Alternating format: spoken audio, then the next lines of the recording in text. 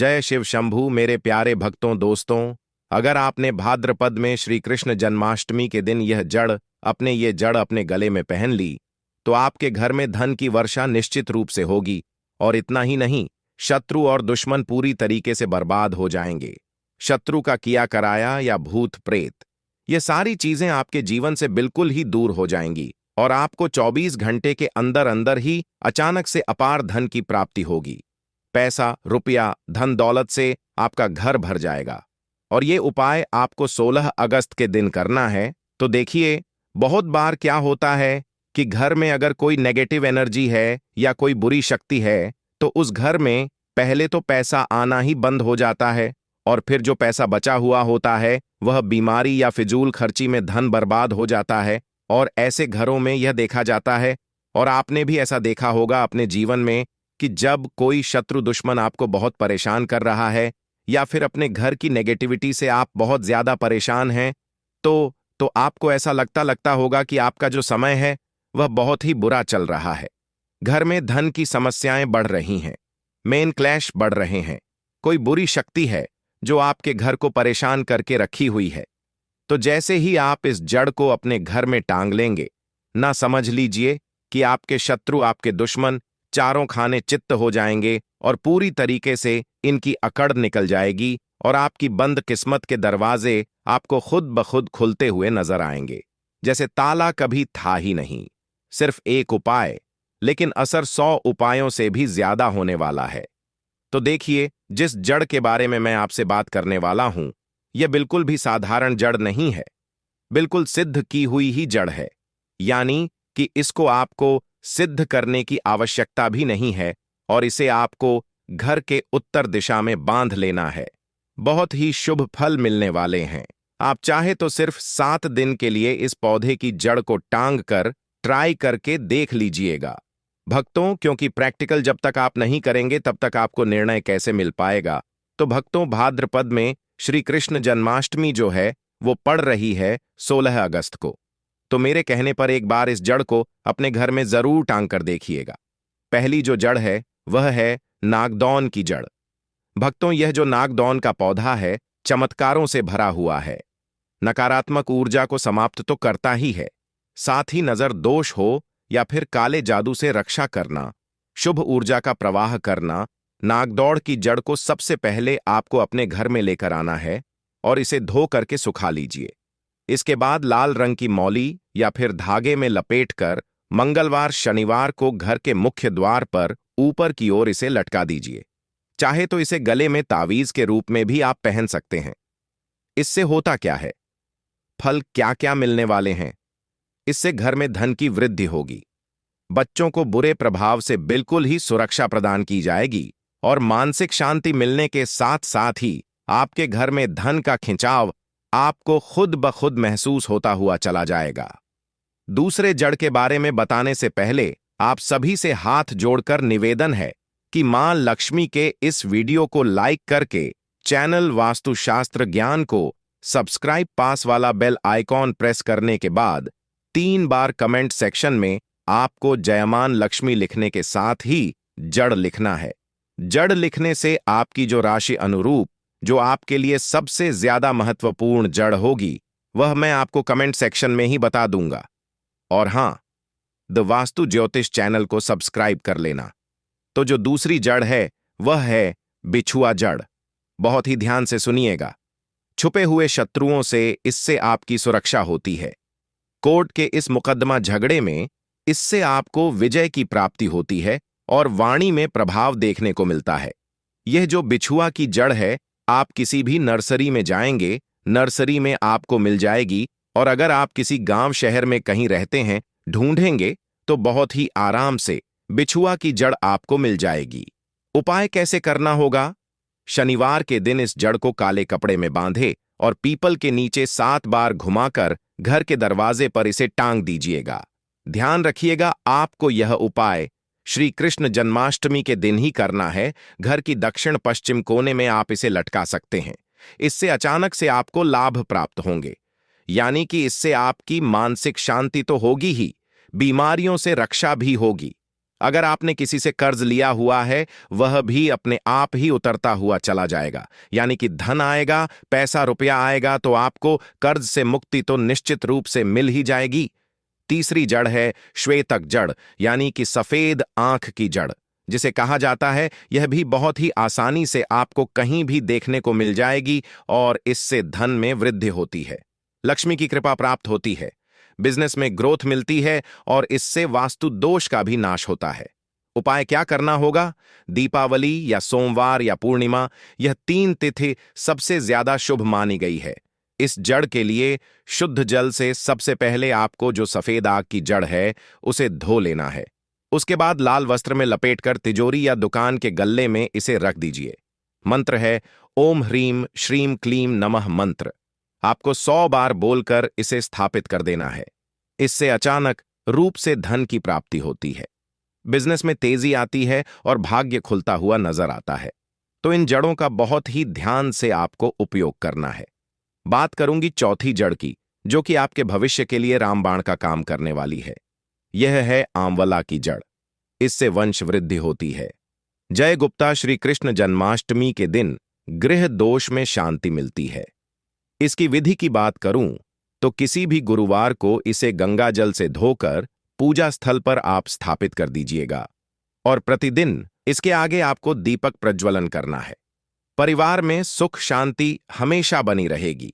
अगर आप नौकरी कर रहे हैं तो आपको बहुत ही जल्दी प्रमोशन की गुड न्यूज मिल सकती है। निसंतान दंपत्ति के लिए भी यह रामबाण का कार्य करती है। तो इस जड़ को आप अपने घर में जरूर ही स्थापित कर दीजिए। अगली जड़ है कटेरी की जड़। इसे कंठकारी भी कहा जाता है। इससे शत्रु बाधा का नाश होता है, अकाल मृत्यु का दोष का निवारण होता है और बहुत ही शक्तिशाली एक तरीके से रक्षा कवच इसे आप कह सकते हैं। करना क्या होगा? अब कटेरी की जड़ को सबसे पहले आपको अपने घर लेकर आ जाना है। इसे शनि अमावस्या को अपने घर में लाना है और लाने के बाद गंगा जल से इसे धो लें और काले कपड़े में इसे बांध दीजिएगा। मुख्य द्वार पर उल्टा टांगना है। इसे ध्यान रखिएगा, उल्टा ही इसे टांगिएगा, फूल की ओर नीचे की तरफ। इसका जो मुंह है वह होना चाहिए। मंत्र होगा ओम राम ह्रीम रोम सः शनिश्चय नमः। इस मंत्र का आपको जाप करना होगा 21 बार 11 बार। ठीक है? तो भक्तों, यह कटेरी की जड़ भी बहुत ही आसानी से आपको कहीं भी मिल जाएगी। आप एक बार इसे अपने घर में स्थान जरूर देकर देखिएगा। अगली जड़ है विधारा मूल की जड़। तंत्र मंत्र से इससे रक्षा होती है, मनोकामनाएं। श्री कृष्ण जन्माष्टमी के दिन आप इससे किसी भी प्रकार की मनोकामनाओं को पूर्ण करवा सकते हैं। और किसी भी कार्य में अगर आप अपने घर से बाहर जा रहे हैं तो निश्चित रूप से उस कार्य में आपको सफलता मिलेगी। जैसे कि अगर आप शादी विवाह की बात करने जा रहे हैं, नौकरी के लिए परीक्षा देने जा रहे हैं या इंटरव्यू के लिए जा रहे हैं, किसी भी बड़े कार्य के लिए अगर आप बाहर जा रहे हैं तो विधारा मूल की जड़ बहुत ही आपके लिए लाभकारी साबित होने वाली है। बहुत ही ध्यान से समझिएगा करना क्या होगा। इस जड़ के लिए मंगलवार के दिन इसे धोकर हनुमान मंदिर में चढ़ा दीजिए और फिर लाल कपड़े में बांधकर तावीज की तरह गले में या फिर बांह में इसे पहन लीजिए।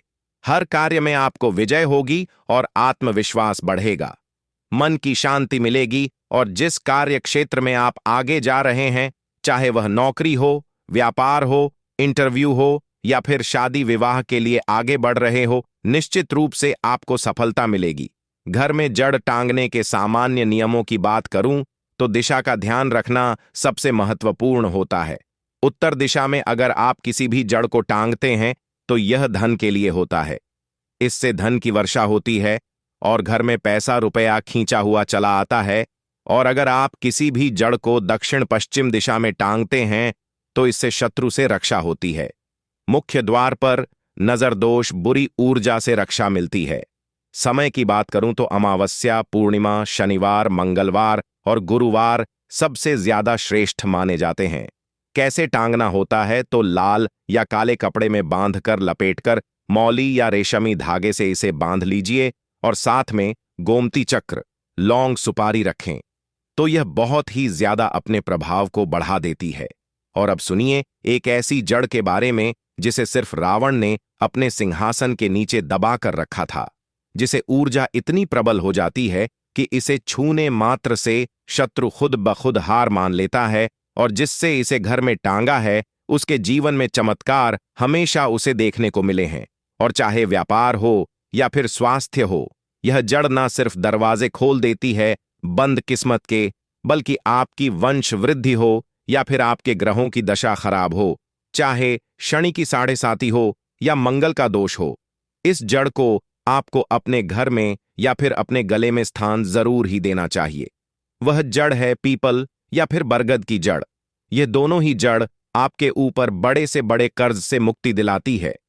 चाहे आपके ग्रहों की दशा खराब हो, चाहे शनि की 7.5 हो या फिर मंगल दोष हो, दोनों ही प्रभाव को समाप्त करने के साथ साथ ही आपके घर परिवार से घर के क्लेश को दूर करने के साथ ही धन की वर्षा निश्चित रूप से करवाती है और कर्ज से मुक्ति दिलवाने की रामबाण जड़ के रूप में जानी जाती है। बस केवल आपको इस उपाय को श्री कृष्ण जन्माष्टमी के दिन कर लेना है। तो यह कुछ जड़ें थी जिन्हें आप अपने घर के मुख्य दरवाजे पर भी लटका सकते हैं और आप चाहे तो अपने गले में भी धारण कर सकते हैं। अगर आपके मन में किसी भी प्रकार का कोई प्रश्न है, कोई डाउट है, तो मुझे कमेंट सेक्शन में जरूर पूछिएगा। और आप चाहें तो कमेंट सेक्शन में आप अपना नाम, डेट ऑफ बर्थ और राशि लिख भेजिए। राशि के अनुरूप जो अलग से जड़ बनती पड़ेगी वह मैं आपको कमेंट सेक्शन में ही बता दूंगा। तो मुझे उम्मीद है मेरे द्वारा दी गई जानकारी से आप सभी को संतुष्टि मिली होगी। मां लक्ष्मी की इस वीडियो को लाइक करने के साथ ही चैनल वास्तुशास्त्र ज्ञान को सब्सक्राइब और पास वाला बेल आइकॉन जरूर प्रेस कीजिएगा। आज के इस वीडियो में मैं आप सभी लोगों को एक ऐसे दुर्लभ पौधे के बारे में बताने जा रहा हूं जो पौधा भगवान शंकर ने माता पार्वती को बताया था। माता पार्वती ने भगवान शंकर से प्रश्न किया कि हे भगवान, इस संसार में मनुष्य नाना प्रकार के रोगों से ग्रसित है, अनेकों प्रकार की बीमारियों से जूझ रहा है।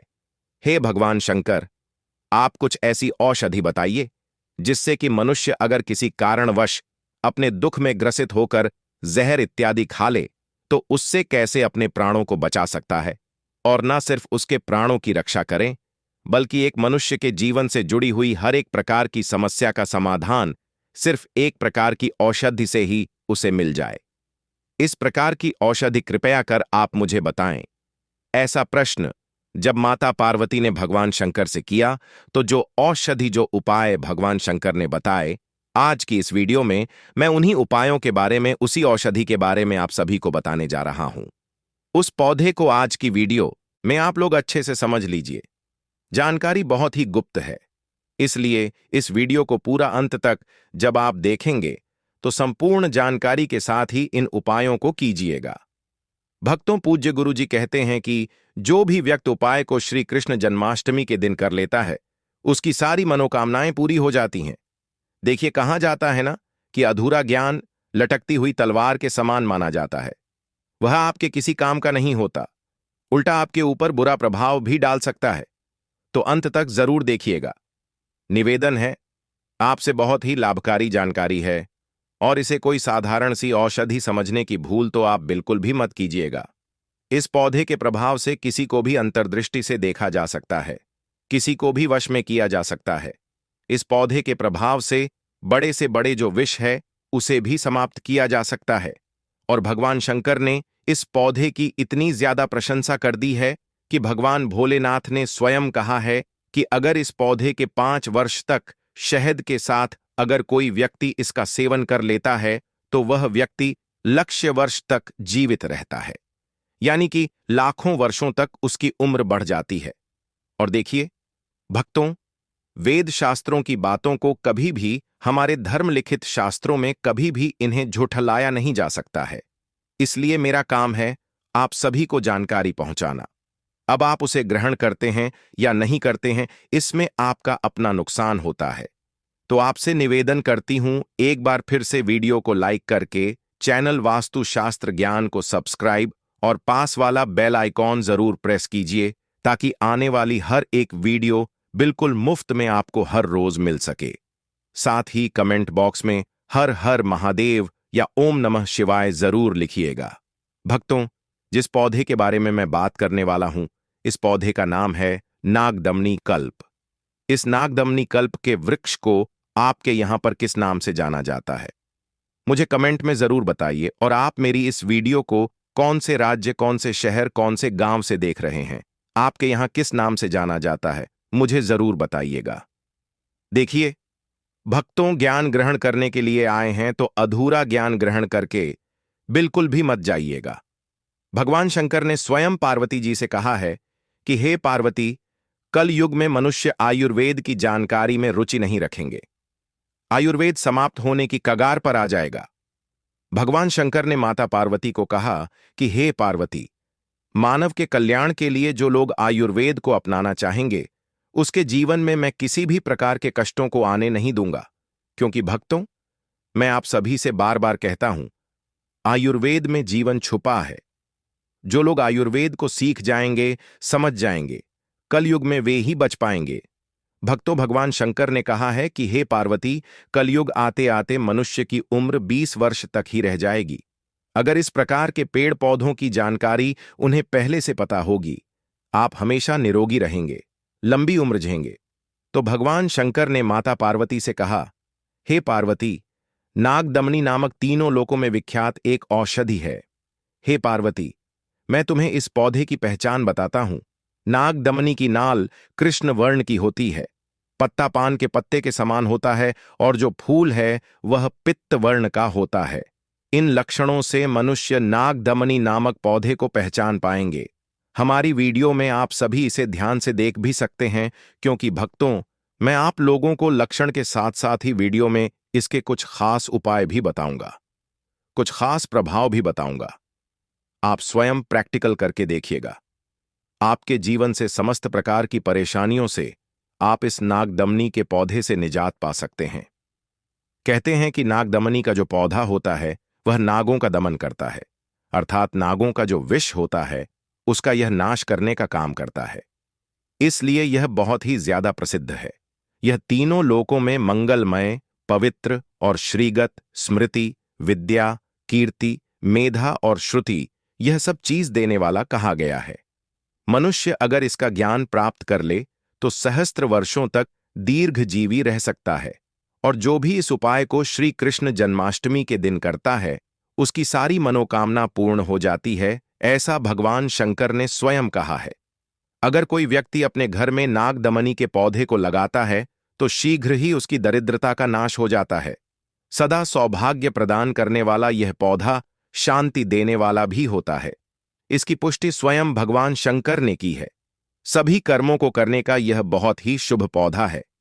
कहते हैं कि रण में, राज समीप में, धूप में, व्यवहार में, पराजय में, स्थान पर अगर इस औषधि को कंठ में, कान में या हस्त में या सिर में धारण किया जाए तो मनुष्य अवश्य ही विजय को प्राप्त करता है। और फिर भगवान शंकर कहते हैं कि अगर कोई भी व्यक्ति नागदमनी के पौधे को दोनों बाहों में, अर्थात अपनी दोनों भुजाओं में, मुद्रिका में, कान में अगर इसे धारण कर लेता है तो वह किसी को भी अपने वश में कर सकता है। अगर कोई भी व्यक्ति समाज में अपनी प्रतिष्ठा बढ़ाना चाहता है, सामने व्यापार में या नौकरी में सामने वाले व्यक्ति पर अपना एक अच्छी छवि छोड़ना चाहता है कि सामने वाला व्यक्ति हमारे अनुरूप ही व्यवहार करें और हम एक कार्य क्षेत्र में तरक्की करें, तो इसे धारण करने मात्र से सभी प्रकार की इस प्रकार की समस्याओं से आपको निदान मिल जाता है। साथ ही साथ आपको नागदमन का और भी उपाय बताता हूं, बहुत ही ध्यान से सुनिएगा। यह एक आयुर्वेदिक और तांत्रिक दृष्टि दोनों से ही अत्यंत प्रभावशाली पौधा है। माना जाता है कि यह नकारात्मक ऊर्जा, भूत प्रेत बाधा या बुरी नजर से भी रक्षा करता है